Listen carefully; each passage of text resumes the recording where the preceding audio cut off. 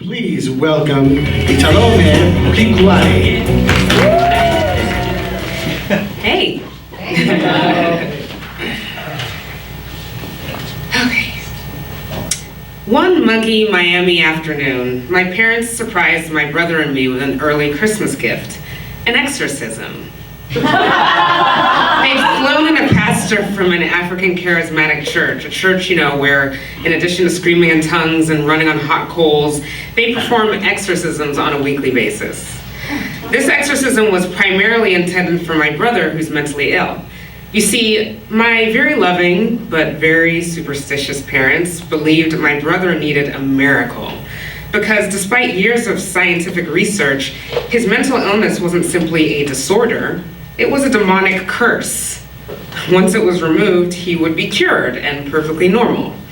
My parents also believed I needed a miracle, because the fact that I was 31, unmarried, unemployed, and childless clearly wasn't normal. And the fact that I made dark and cynical jokes about being unmarried, unemployed, and childless also wasn't normal. When my demonic curse was removed, I'd be married, have 5 kids, and become a doctor and or a lawyer. I'd be cured and normal, not dark and cynical. But who could blame me for being cynical? I'd watched my brother, a completely innocent, sweet, and smart person, be ravaged by a severe psychotic illness. And no matter how hard he tried, or how many medications he took, or how hard we prayed for a miracle, he didn't get better. He only got worse.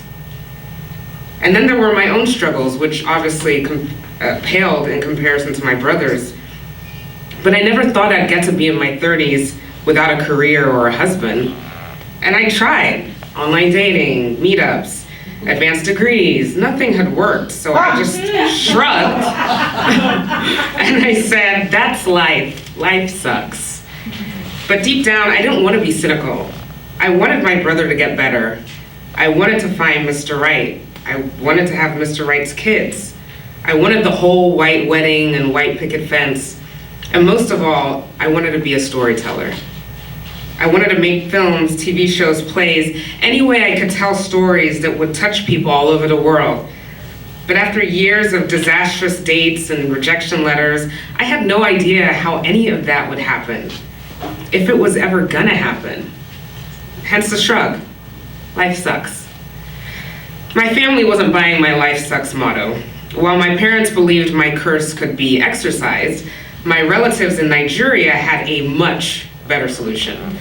They believed me and my brother had angered one of the 500 gods that they worship, because apparently all these gods have very serious anger problems. So my relatives wanted my brother and me to come home and make peace with the gods by performing a traditional ceremony. The ceremony they wanted me to perform was one of the most revered and feared in all of Nigeria. The ceremony for Olokun, the water goddess, also known as the mermaid.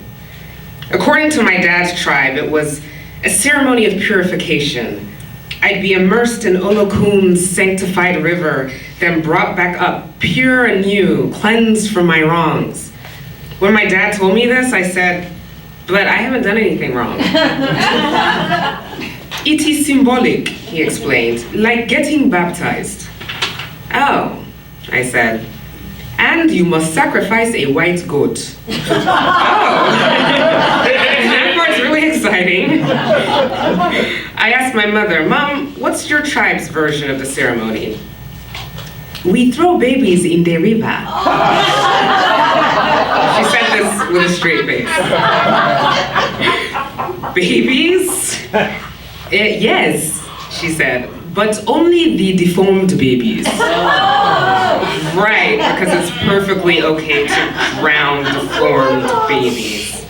No, they do not always drown, she said. If Olokun pushes the baby back up out of the water, it means it is a mermaid child. It is meant to be deformed, like a mermaid. Even for me, this was one of the darkest things I'd ever heard. But I also found it quite beautiful. You know, the image of a mermaid saving a child thrown away for being deformed and not normal, then gently pushing it back up into the world, affirming that it was meant to be that way. It was never meant to be normal. But my parents didn't really believe in mermaids or gods and goddesses. Those were just myths. Demons, however, were very real to my parents. So there I was in their living room with this random African man about to drive demons out of me. But I was a demon that day. I was crude, I cursed, I challenged him on suicide, sodomy, sex change surgery, every taboo topic I could think of, because I didn't believe in exorcisms or demonic curses, and I did not believe in miracles. But my parents were hopeful, and I couldn't back out. Let's get this over with, I mumbled, hoping I'd still make it to my cardio stripper class.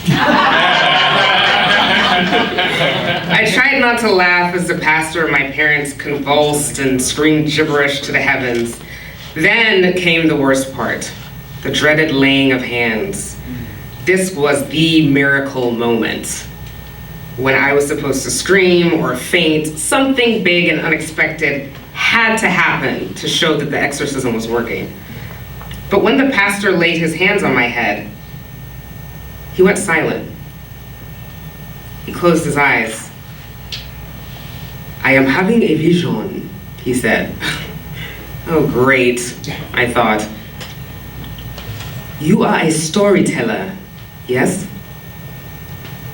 You write stories." "Yeah," I said.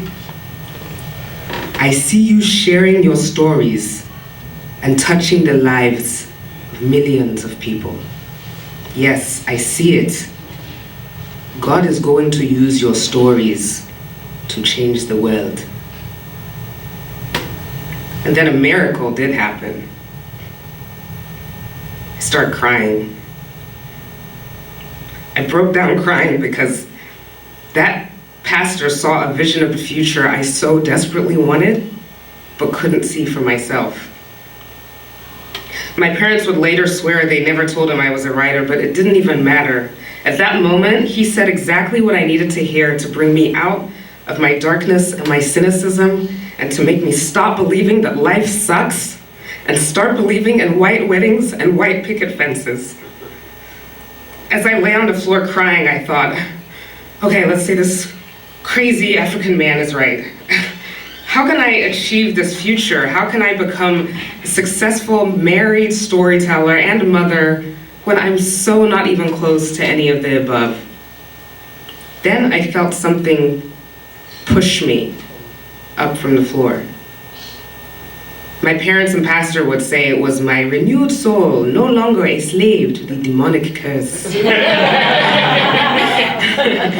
My dark and cynical side would say, yeah, right, because 2 years later, I'm still unmarried and childless, and my brother is still very mentally ill.